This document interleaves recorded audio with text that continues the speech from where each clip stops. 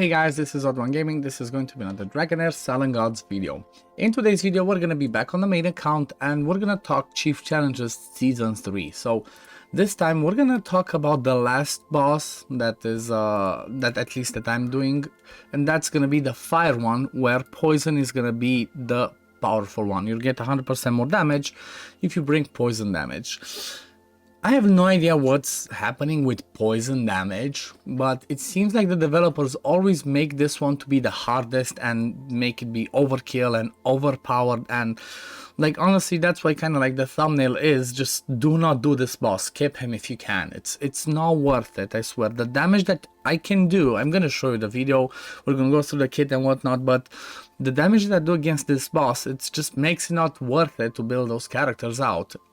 It's gonna be one of those cases kind of like with Vortex. If you have Rook, fair enough, but kind of the same way as last season where we had Losenia, that was again the one that was weak against poison damage. She was hitting hard like a truck, so you have the same situation here, and it's pretty crazy. Like I've not seen too many high damages against this one, and especially if you bring lower level, like if you bring epics and lower, like I'm not sure if you can even hit 22 million on this one if you're free to play. So the team that I'm going to show you right now is a team that basically has 4 out of 5 legendaries, and it's just, I don't know, it's too much. It's too much.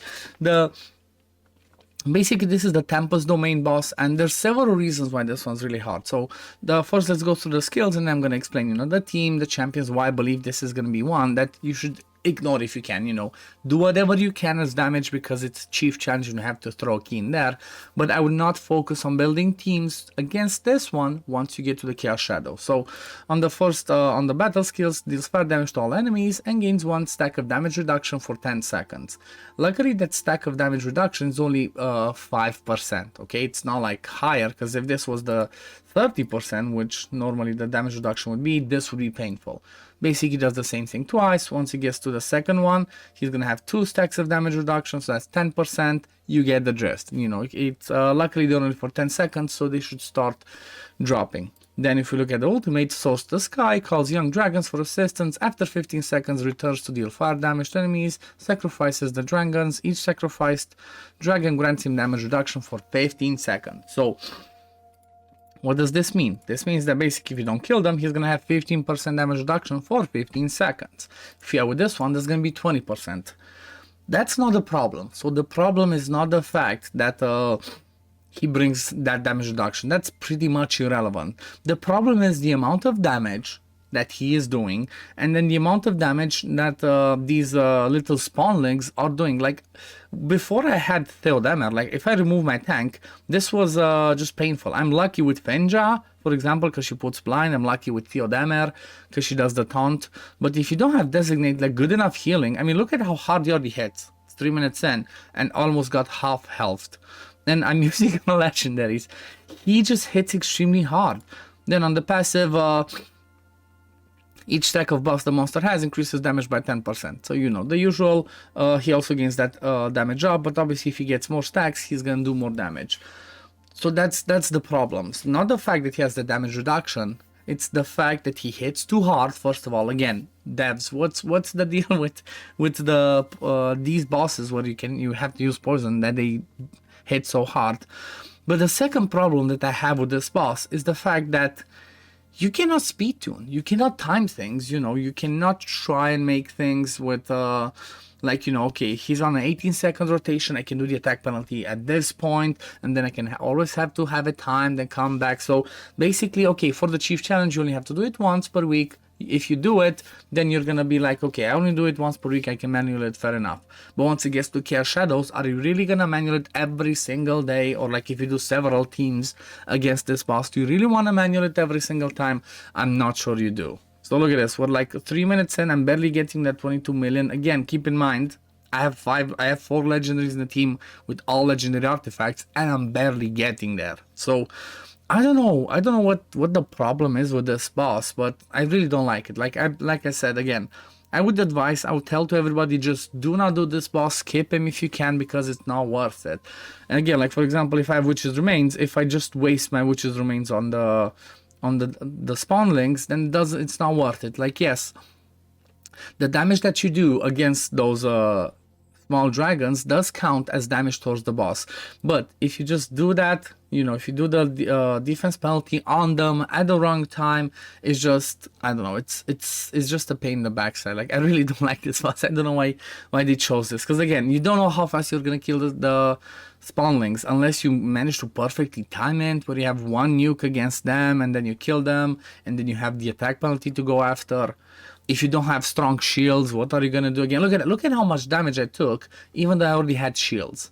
Again, when he comes back and falls down, he does a ton of damage, and unless you time it, or you manage to time it somehow, that you land the attack penalty before he does the ultimate, and then you're lucky enough to kill the little dragonlings, like if you manage to kill those little dragons in under 10 seconds, so that when the boss drops he still has attack penalty, then you might have a chance. But otherwise it's hard. Like, for example, now, okay, I do have a little bit of attack penalty. Let's see, not good enough. See, I don't kill it. I do have it only on the battle skill though, from Theodemer, which is for 5 seconds, but still, it's like, look at how much damage he does.